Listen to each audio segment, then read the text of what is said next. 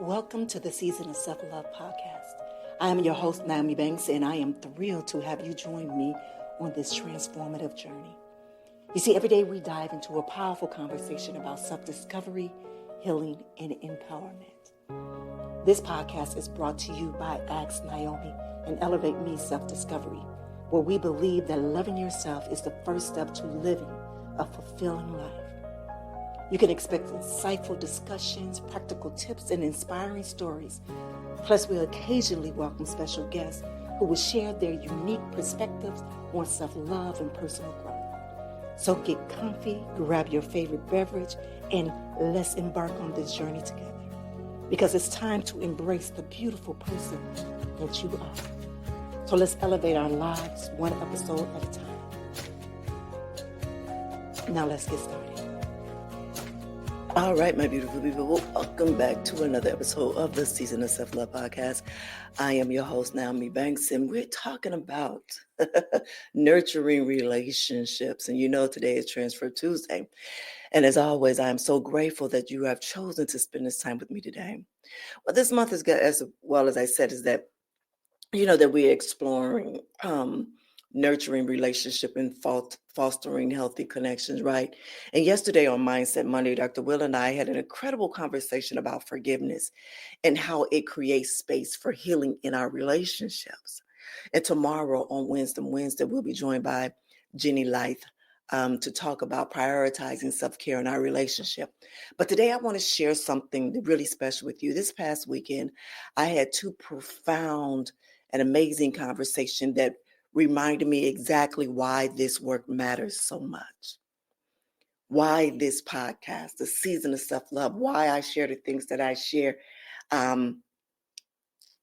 with you all, but just also just the importance of us really deeping down inside of ourselves for self-love and understanding and connecting with ourselves. Well, the first conversation that I had was with one of my aunties, one of my dear aunties. She's probably one of my favorite ones. And if my other aunties hear me, they probably will probably be like, really? But you know, they know she is at the top of it. This is the woman who she's dark complexion like me, but not as dark as I am. But I remember growing up, this was the woman who made me so proud of my beautiful chocolate skin. I remember the things that she used to do. I used to spend weekends. They will come and get me and, you know, some other, you know, family members, but then they would get old enough and they wouldn't want to come on the weekends, but I would still go because she has shown me so many things about loving myself, about just embracing all of me. Well, we had spent 2.5 hours 2.5 hours of a beautiful conversation, just reflecting on our relationship and what it meant to both of us over the years. And then the second one was with my middle daughter. She'll be 23 this year. And we were discussing on how she can go about nurturing her relationship with herself and just navigating her love life. You know, with these conversations, both of them were so moving because they were so full of truth. They were so full of love, and that I knew I need to bring that essence right here today. So for our Transform Tuesday topic, we're going to name this the ripple effect of authentic connections. How our deepest, most vulnerable conversation create waves that transform not just us, but everyone around us. But before we dive in, before we get into this conversation, I want to take a quick break, all right? It's your girl, the goddess, Nyomi Banks, here on this Season of Self-Love podcast. And we'll be right back. Ready to transform how you think about love and mental health? This May, join host Nyomi Banks and Dr. Will Washington and expert guests on love and mental health, a powerful 4-part series exploring relationships through the lens of mental wellness. Every Thursday at 6 p.m. Pacific Standard Time on Ask Nyomi, Bridging the Gap. Do you have a story to share? Your experience matters. Email us at asknyomi@gmail.com and be part of the conversation that's changing lives.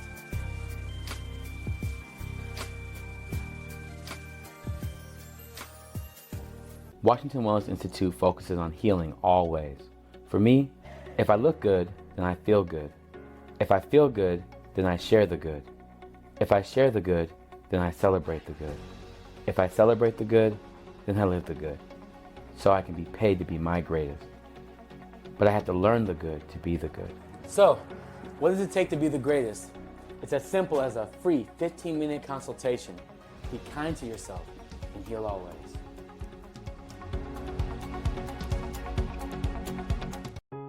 All right, my beautiful people. Well, welcome back. But before we dive into today's topic, let's ground ourselves with a meditation. All right. So I invite you to find a comfortable position, whether you are sitting or standing. And please just close your eyes. And if it feels right for you, and just take a deep breath in together. All right. Inhale through your nose, filling your lungs completely. Now exhale slowly through your mouth, releasing any tension that you have been carrying. One more deep breath in, out. Now I want you to bring your awareness to your heart center. And place your hand there if you like, feeling the gentle rise and fall with each breath. Now as you breathe, I want you to imagine your heart surrounded by warm and a golden light. And this light represents your capacity for authentic connections, both with yourself and with others. With each inhale, I want you to see this light growing stronger and expanding through your chest.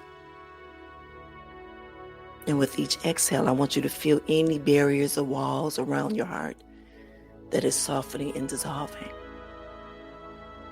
Now I want you to visualize the people in your life who matters the most to you. I want you to see them one by one, connected to you by streams of this same golden light. I want you to notice how the quality of this life changes with each person. Some connections might feel steady and constant, and others vibrant, energetic, and some perhaps more tender or in need of care. There's no judgment here, just awareness of the unique nature of each connection.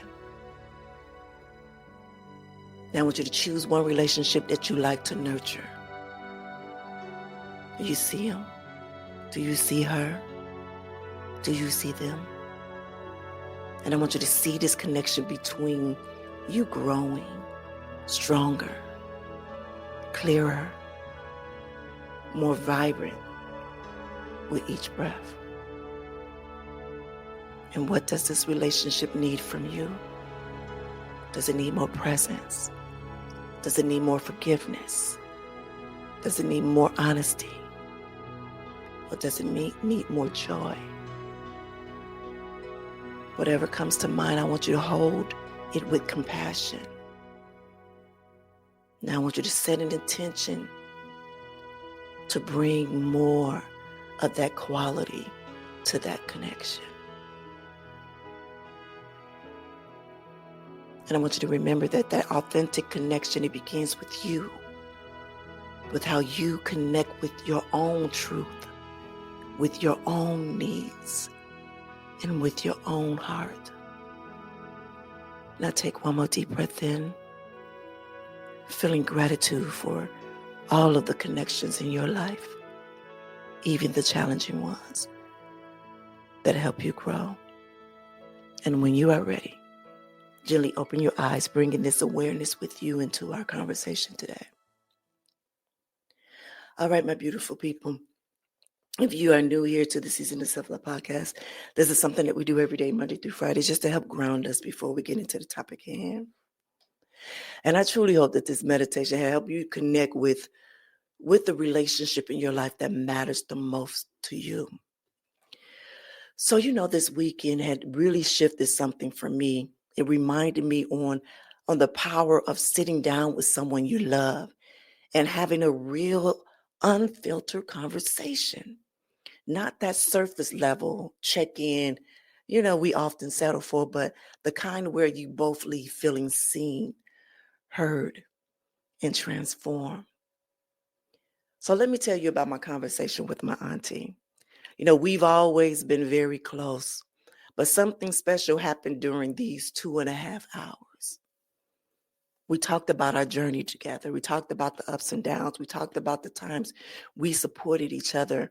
And yes, even in the moments when we did not agree with one another, we still supported one another.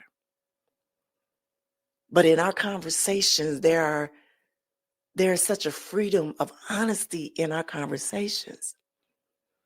It was at one point that my auntie had said something that really stuck with me. She had reminded me that our relationship had lasted because we never expected perfection from each other. We never expected perfection from one another. We were just there being in presence with one another. Every time I go home back in Chicago, I'm at her house. That is where myself and my family stays. I think she would get highly offended if I was to stay at a hotel. And the crazy thing is I've been away from Chicago for over 20 years, but every time I go back, I will go back and stay at her house. And then I used to go visit my grandmother and, and stuff like that, and other family members, and go see my mom. But I will go and stay at her home. And let me say this, her home has always been, and this is for not only for me, but for everyone in our home, has been a home where people could come and sit and truly be their authentic self. Not that she would let us do whatever that we want. She would give us those conversations, those real conversations. And I truly believe that's where I got a lot of my spirit from, sitting as a little girl watching those conversations that she was having with her sisters or her brothers or her friends in those conversations, and just watching how, she would give them advice, about everything from their love relationship or even coming into puberty, just everything. It's like she knew everything. And I remember as I got older, I remember those conversations that we had. I remember, and I'm going to share this with you. I remember me not able to have the conversation about sex with my mother, but I was able to have it with my father. But my mother was so uncomfortable having that conversation. And I went to the next big thing. I went to my auntie, which is her sister, her younger sister. And I remember us having that conversation. And I remember I was having some womanly issues and problems. And of course, I wasn't able to really speak to my mom about it because, my mom was, she was really in church. She was about, don't do this, this is this. And my aunt said, if you decide that this is something that you're going to do, I want to make sure that you are protected in all ways. And so she was the one who took me to the doctor, and where the doctor gave me my first pap smear and, all of these things. So she sat with me and held my hand through it all. And I remember the conversation with her is telling me, don't be ashamed of wanting to explore a relationship of that manner. But she told me about the responsibilities of going there, of potentially having sex with my boyfriend at that time, and that I had to take as much responsible for that connection than he did. And that sat with me throughout my whole life. Not that my mama didn't care. She did. She cared very much. It was just she didn't have the language to tell me any of that. My mother was, she was fully in church. And so in church, it was told, if you do that, it's a sin. And that I heard my mother had a fear tactic with it. And so my aunt didn't. She didn't have a fear tactic. And she let me know, do not be ashamed of anything. Like I said, she was the one who showed me how, as a chocolate dark-skinned little girl, to walk with my head up and be very prideful of who I looked like and who I was. And just having that conversation, she shared some things about herself and for one thing, I knew a lot about her, of course, because I saw her grow up, and I think she's probably about 15, maybe 14, 15 years older than me. So I still saw her in her teenage years of growing up. So I saw a lot of things, but I just didn't know her experience of what she had. And she had shared with me, she said, I used to meditate too. So when I was a teenager, I used to do a lot of meditation. And then she was just sharing so many things with me of her spiritual beliefs that she kind of put it down some, kind of tucked it away. And just in our conversations, I got to learn a lot more about her, which is even more amazing than what she's already been to me. But this 2.5 hours in our conversation, she talked about, we've had times that we had these little arguments, and it wasn't really big arguments. It was just disagreements on things. But she is one of the ones that, we can agree to disagree. We can, agree to disagree, and I won't love you any less. But also what got me thinking about is how often we place these impossible standards on our relationships about wanting people to be perfect or wanting the people to be the way that you want them to be. And that's not how she always talked. And when I really sit and look at it, I believe in everyone. She truly talked into each one of us to be I authentic self,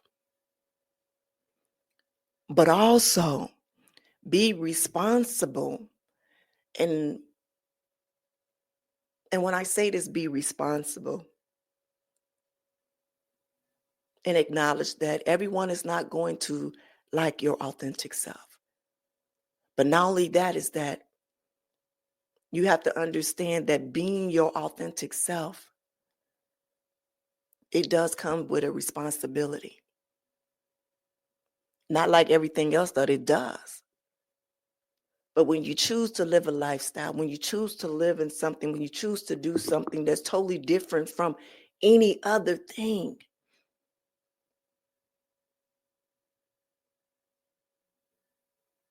you have to understand and be responsible, be accountable that this is my choice of living with it and how I'm going to move forward and how I'm going to allow that to affect my life. And I hope y'all understand, and I hope I didn't lose y'all in this. But in that conversation where we just having, we're talking about from me being a 7-year-old to now a 53-year-old talking to this woman. And it's like I considered all the times in the conversations that we had just through these conversations. I remember at 19 years old, sitting with her when I found out that I was pregnant. Oh yeah, that was something. That was something. She held my hand when it was all kinds of stuff that was going on. Everybody else in the family thought I lost my mind, that I was getting ready. But she was there and she held my hand through it all. Through my first marriage, she held my hand without judgment. She might not have agreed on a lot of the things that both I and my then husband did or said or to one another.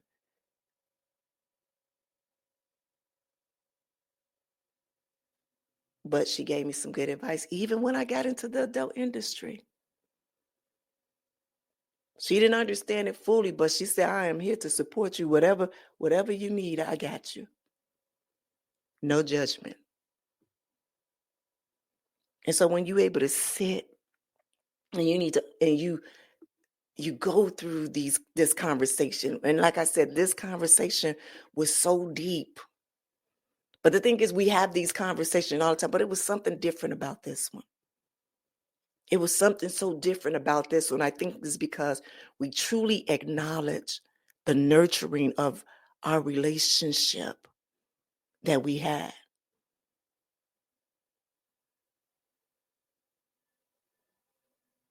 Because I've never heard anybody come to me and she said any ill will or ill intention about me, and vice versa. And I remember even in the conversation that we were talking, and I'm going to do a kiki, and I know she's going to listen, but I ain't going to put it all out there. And I was like, well, we know we ain't going to start gossiping at all. And she said, no, we ain't. Mm-mm. And that's when you can sit and you can talk deeply in that conversation, and you can find so many things. That's when you find real love, real connection. And it sure enough happens in the middle of messy stuff. And trust and believe, it'd be a whole lot of messy stuff, baby, amongst the family. Flaws and all, but, I can say, and because she told me, she said, I listen to your shows. And she said, and I see your growth. And I am so very proud of you for the courage to share your truth in your story. She said, I'm very proud of you that you went into an industry that could have ruined your whole life and your family life, and you went in and you had your head held high and you did your thing. And still afterwards, you still walking with your head high. All of that was like, wow. Yeah. Thank you. Thank you for that. Not that I needed validation, but that even though she hasn't commented on anything or said anything, she just wanted me to know that I see you. I see you, I hear you, and I thank you.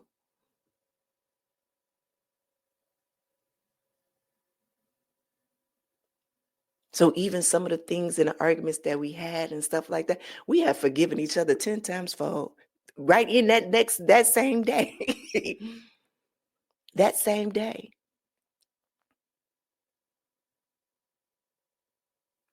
Yesterday, Dr. Will and I, we were discussing yesterday about forgiveness.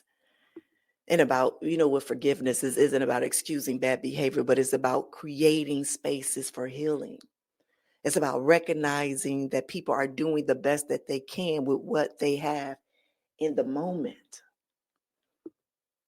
And I remember even in those small disagreements or those small little things that, her and I had with each other growing up. Because remember, she had to grow up in my teenage years too, with, we saw some of that. And she had to pull my collar a few times. But within her pulling my collar, I still was allowed to have my voice. And she respected my voice. And then in that, we were able to forgive each other for maybe some of the words or the thoughts that we had of one another. They weren't bad because we would say it right there to each other. Never disrespectful. Never disrespectful. But we knew that we were not intentionally trying to hurt each other's feelings, that we just wanted to be heard in the conversations with one another because we loved one another. Because we loved one another. So we knew that we had to, it's another sense of forgiveness. Remember, there are so many different levels when we talk about forgiveness.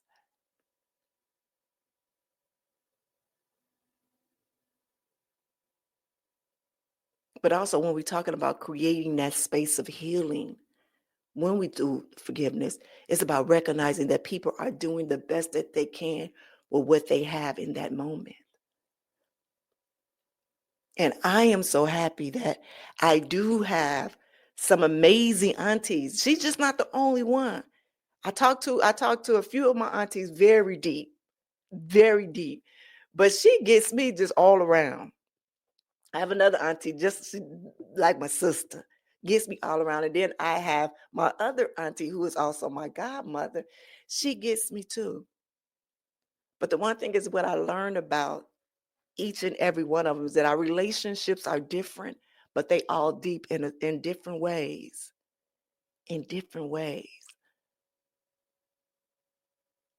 I know I say all the time is that I was blessed with nine amazing aunties between my mom and my dad's side of the family. 9. And 9 is my angel number. Also, what I can say is that through each one of those women, those aunties in my life, I've learned something for them that I have implemented in my life. Along with my mother and my grandmother, they helped create part of the woman who I am today. Yeah. So that is that conversation that we had with one another. And as I said before, my auntie and I, we had to forgive each other a lot of times. But each time we did it, our connection, it truly did. It grew stronger. And each act of forgiveness was really an act of saying, I choose our relationship over being right. I choose love over pride. That's what that looks like for us. I remember even in our conversation last week, she had actually, she had opened her home to my mom. She had, took my mom last summer for me, just so because I was a little overwhelmed with everything. And she was like, no, send her to me, and I said, she not going to come. And she said, I'm going to go talk to her. My mama cussed her out, but my mother eventually went. And I was very nervous about sending my mom to anyone, is because when you are going through something like this, dementia, and you want to make sure that everybody is taking care of her heart, and not that they would be mean to her. We come from a line of women that we're very strong, and the whole thing is you don't cry, or you don't do this, or you don't do that. And I wanted to make sure, because my mom she forgets a lot, and I wanted that language to be coming truly from the heart and not from fear. A lot of times when we speak and we talk, and I've learned this about a few of my aunts, is that, yeah, they speak from love, but they speak from fear more than ever. And that's not what I needed from my mom. I needed for somebody to speak from love, but to speak from understanding. And she had told me is that my mom had an episode with her. And as she was sitting there talking to me, it was just tears coming down my eyes. And I was telling her, she was like, my mom was telling her that she forgets, and she apologized that she forget. And she don't know why she's forgetting him. And my auntie told her, she was like, that's okay, because what you forget, I'll remember it for you. And I'll let you know I got your back, And as she was saying that, I pictured them. Let me tell you something, they look exactly alike. My auntie is just a darker complexion than my mother, but they look exactly like, the high cheekbones, everything.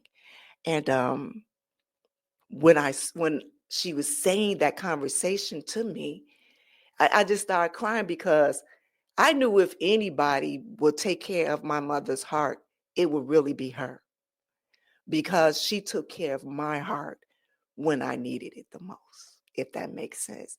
So in that 2.5 conversation that we had, it was just so revealing to me. And it was like, this is exactly what we're talking about this month, about nurturing those relationships, about reminding ourselves how those, even though we might not talk every day, even though we might not have talk in weeks and months, but you still have those nurturing relationships, whether it's your aunt, your uncle, your sister, your best girlfriend that you ain't talked to in months.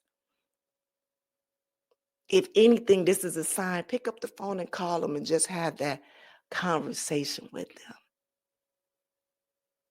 You never know what they want to get off of their chest and share with you, because you are a safe space for them. You never know, because they want to be heard, and they can't be seen from everybody else. And I love that conversation. I remember talking to my husband. I said, oh my God, I just had the most amazing, well, I told him the next morning, because we was up late at night with that conversation. Say they had the most, amazing conversation with Auntie. And we was giggling and laughing and crying and just holding just space with each other. And no, that wasn't the first time we do this with me, her, and my other auntie. The three of us be cackling on their FaceTime and used to take shots of tequila. Like, we just have a good time when we together. And you would not think that we were niece and their aunties. You would think that we were sisters. But that's the love that we have for one another, to want to understand each other and to nurture our relationship. And if you're listening, Auntie, I want to thank you for that conversation because it was great. It was amazing. Now I want to go to my baby. My baby came on Saturday. She came to redo my hair, my other daughter hair. And this conversation, it's hard when they're older, when they're grown, and they're no longer living in your home, and they're finding their own way in life, and you want to be able to protect them as much as possible. And sometimes I have those sleepless nights because I worry about both of my girls that are out there in the world. But also I remember what I have instilled and talked with them and given them the tools that I've given them. There's more tools that I need to give them as I learn my tools. But what I do love about my relationships with my daughters is that they could come to me and they can tell me anything. And I will sit and listen. I will sit and listen, and I will give them advice. And if they take it, that's beautiful. But if they don't, okay, we just have to prepare for whatever the consequence or whatever. I just want you to be prepared. And these are conversations that I've had with my daughters. So when my baby girl, my middle one, I still call her baby because she still looks so young to me. It's about her navigating, that beautiful, challenging life, where she's trying to figure out who she is and what she wants in a relationship. Even though she has a boyfriend that she's had for 4 years. I think he is such a great human being. But trying to let her understand is that even though you might love someone, you have to understand that they come from a different perspective of life. And I remember when she was younger, when she was like 13, 14 years old, and she was talking about she wanted to have a boyfriend. And I remember telling her how much it's responsible. I said, it's a responsibility to have a boyfriend, to be in a relationship with someone else. I said, because you're no longer thinking about yourself in that relationship. You're thinking about one another. At least you're supposed to. So those feelings and those care, those about two people, not just one. And I remember I could go back to the bathroom when she was 12 or 13, like, I don't have to care about them. I can do what I was going to do. I said, no, that's not how you're supposed to think about it. Because if you care about somebody, you would care about their feelings. You would care if you are hurting them. So there are certain things and certain ways that you can do and be your authentic self without hurting someone's feelings that bad. Because if you're not doing something they want, you're going to hurt them. But you don't have to go to the hell with it, if that makes sense.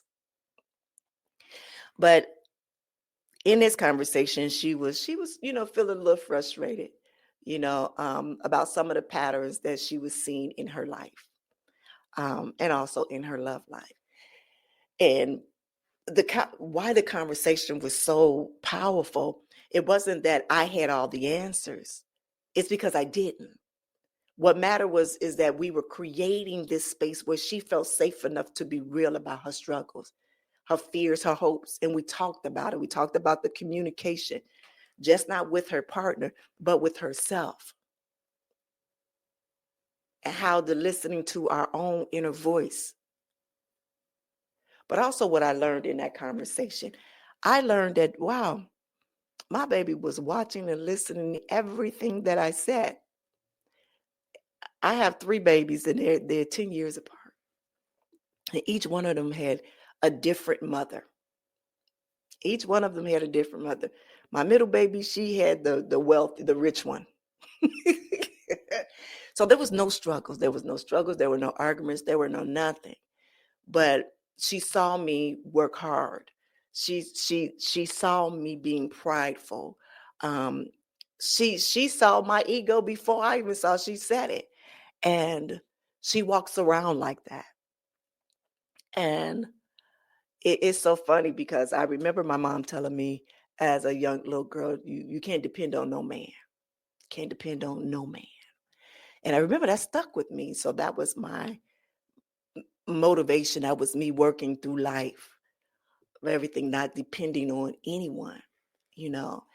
And she has this beautiful human being as a boyfriend, fiance, whatever it is. And he was like, I'm here for you. You go and do your thing, and I'll take care of everything else. And she was like, no. I want to be able to take it. I can do it myself. I can take care of this. I can take care of that. And I had to go back 4 years, now 3 years ago. And I had to sit in it. And I explained to her what had happened. I explained to her that I had to make a choice if I truly wanted to truly go and live in my purpose and do these podcasts, or if I want to continue to do OnlyFans and make all of this money. And why I didn't want to leave that, because we had a great income coming in this household. We had his income, my income. So we was up there. We was in, with the wealthy people. But once I take this away, then we're no longer in that. And not only that, but now my income is gone. So now I have to depend on what? A man. Yeah, he my husband, but a man. And I've never had to do that before. And so in us having that conversation, I said, and why I chose to do that, I said, because I remember sitting at my altar and said, I remember in my journal, I remember writing the things that I need. And I remember hearing a voice say, I have already sent you the help. I've already sent you your help. It's the man who lay next to you every day.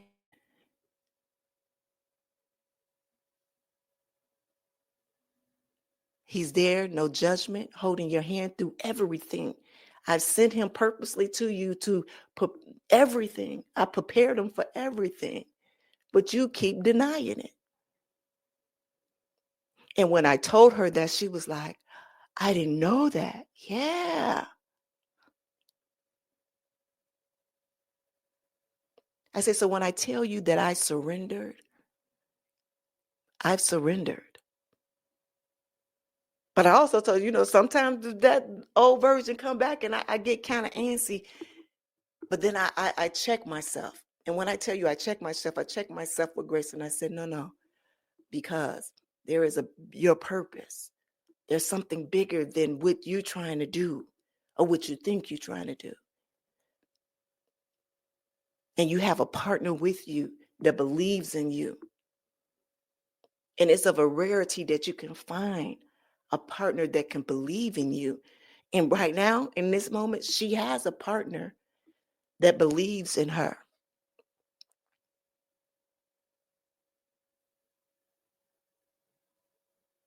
But she shared with me, I love him. Not that she's going to leave him, but I want to do all that I want to do, but I know I still have to do this. And I said, that's me. I said, if you could give it a few months and let him take care of that while you doing this, that's taking a whole lot of stress off of you. I said, because right now you're working with fear. Because your fear is that what? He might not do what he say he gonna do. 2, you're working from ego and pride. Well, because I can do it, he don't need to do it. But the thing is that we need help. We need assistance in what we do.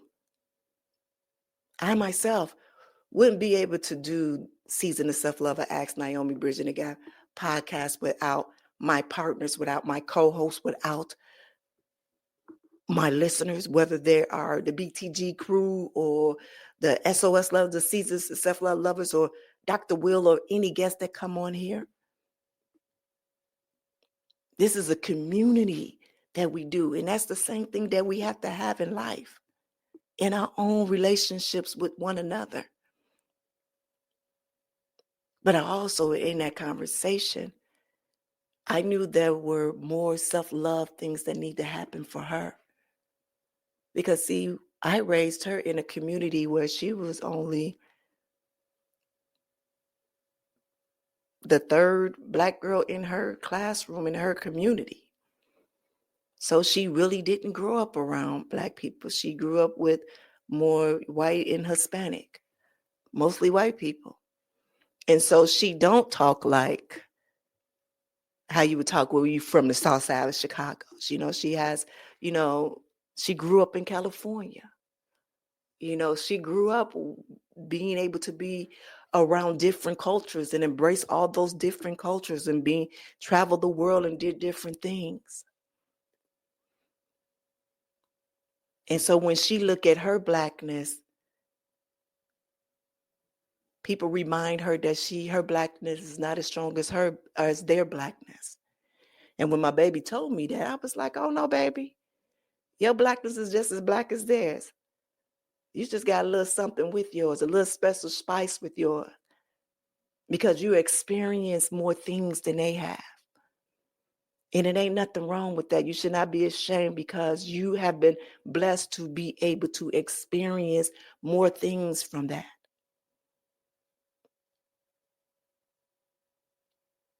Just as you do your hair, you got 4C hair, kinky hair. You can't get no blacker than that. And you do amazing hair. Just because you don't dress or look like them, you shouldn't have to dress and look like anyone. But it's helping her to find her authentic self within herself. And it's hard, especially right now, being 23 years old, almost 23 years old, and social media is around. And it kind of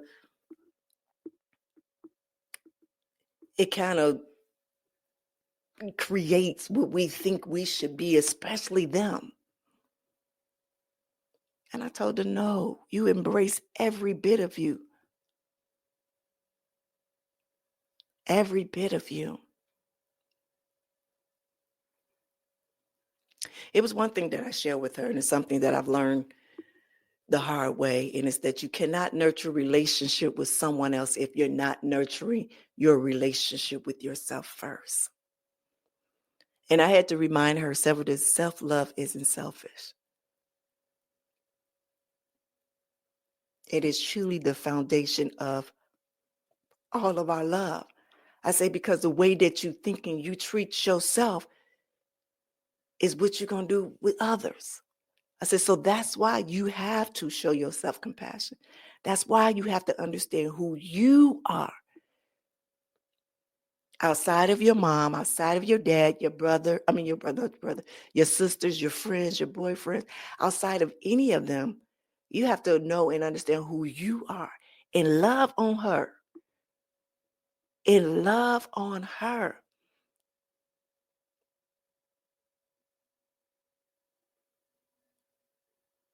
But about that self-love isn't selfish. This is what our guest tomorrow, that Jenny will be talking about tomorrow on our Wednesday, is that it's so important when we fill our own cup first. We have so much more to give others. So when we know our own boundaries, when we know who we are, when we know fully who we are, we can show up more authentically ourselves in a relationship. You can tell people your boundaries. You can understand other people's boundaries. So those conversations that I had this weekend, I was able to show up as my authentic self in both of these conversations, and even share with my middle baby is that I see you, I hear you. baby, part of me is you. And by telling her that and seeing that, if y'all could have saw her eyes light up like, wow, you went, girl, yes.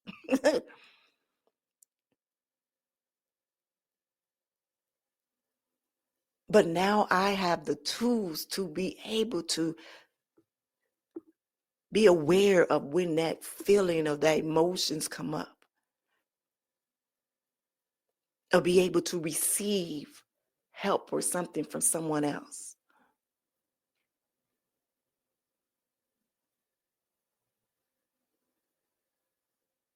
So what does all of this mean? What can we take away from these conversations that we have? First, I want you to invite you all to consider what authentic connection really means to you. Is it being able to share your truth without fear? Is it feeling completely accepted for who you are? Or is it having the hard conversations instead of just the easy ones? For me, authentic connections happens when both people feel safe enough to be vulnerable. It's when you can say, here's where I'm struggling, and know that you won't be judged or abandoned for it. And the second thing I want to share is what I call the ripple effect. This is another version of my ripple effect. So when you have one authentic conversation, like I had with my auntie and my daughter, it creates a ripple that affects all of your other relationships. See, after talking with my auntie, I found myself being more patient with everyone. I encountered that next day. I felt full of life. And in all honesty, that actually prepared me for my daughter coming in, because my daughter came in the next day.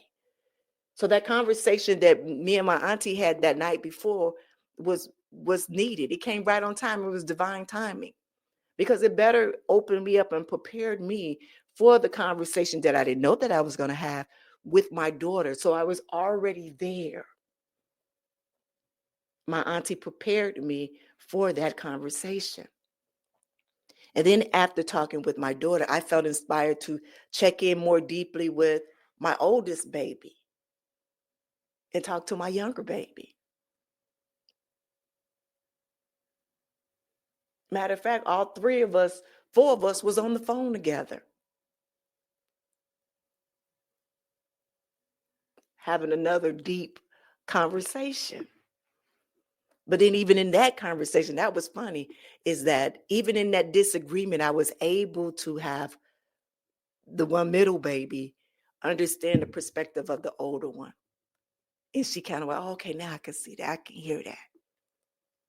Because now we have a more deeper connection in our conversations, but because now we can see, and we're not judging one another for our choices, if that makes sense. Again, that ripple effects is one authentic connection that makes space for more authentic connections. So here's a challenge for y'all this week, all right? I want you to have one conversation that goes beyond the surface. One conversation that goes beyond the surface. I want you to choose someone you trust and create a space for something real to share. Something beyond, how are you? I'm fine. More than just that.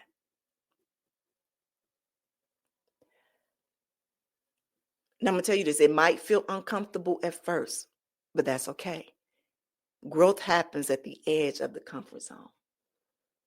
Growth happens at that edge. But I promise you, when you create space for authentic connection, magic happens. Healing happens. Transformation happens for both of you. And if forgiveness is needed to be a part of that conversation, whether you're asking for it or you're offering it, I want you to remember what Dr. Will had talked about yesterday about forgiveness is not about forgetting. It's creating a space for something new to grow between.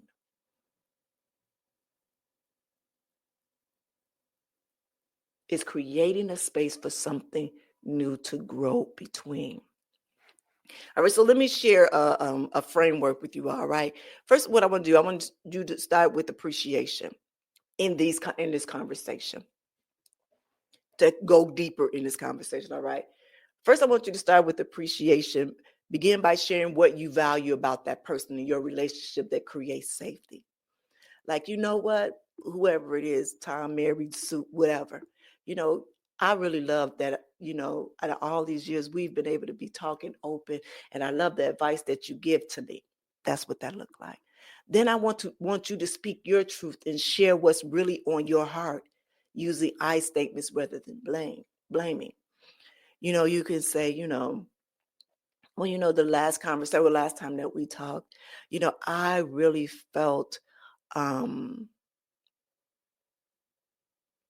felt a disconnect between the two of us. And I really want to know, what is it that I can do to bring that connection together, or whatever the situation is. I'm just creating off the top of my head.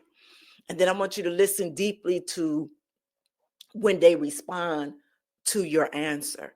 And I want you to listen not to just to reply, but I want you to listen to understand it. And let me say this, and don't understand to be debatable about it, but to truly understand so you all can have that authentic connection. And one thing is, what I love about my brain is that I am very curious about other people's perspective. So be curious about their perspective, because I do want to see things in a different light. Remember last week when I shared everything is not black and white, that there are shades of gray? Yes. I want to know what that shade is, because I want to add a little color in with that shadeness of green.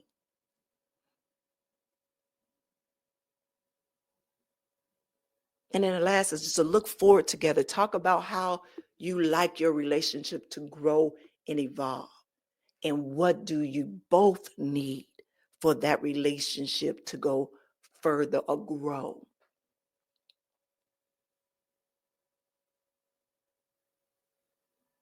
In this digital age, we are more connected than ever. Yet many of us feel deeply alone. We have hundreds of friends online, but a few people that we can call at 2 a.m. when life falls apart. That is because true connection can happen through a perfect Instagram post or a clever tweet. But it happens to those that have those real, raw moments when we let ourselves be seen. You see, my conversation with my auntie reminded me that relationships that last are built on thousands of small moments of choosing each other again and again and again. And my conversation with my daughter reminded me that sometimes the most powerful thing that can offer another person is not our advice, but our full presence in deep listening. So as we continue this month exploring nurturing relationship, I invite you to think about the connections in your life that matters most to you. Are you nurturing them with authenticity? Are you creating a space for real conversations? Are you showing up with presence rather than expecting perfections? I want you to remember, my beautiful people, is that relationships aren't built in grand gestures. They're not. They're built in these small, sacred moments of true connections, one authentic conversation at a time. Well, my beautiful people, our time together today is coming to a close, and I want to thank you for joining me on this Transform Tuesday.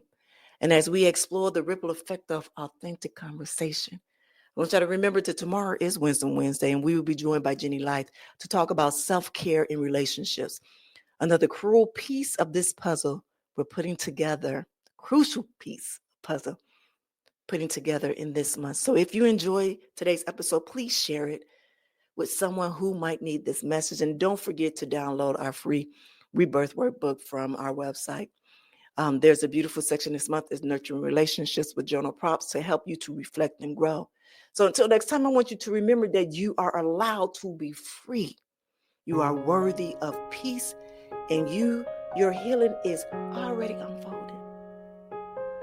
So have an amazing day. Have a good one. Thank you for joining us on this journey of discovering and empowerment here at the Season of Self-Love podcast. Remember, embracing self-love is a continuous journey, and we're so glad to have you with us.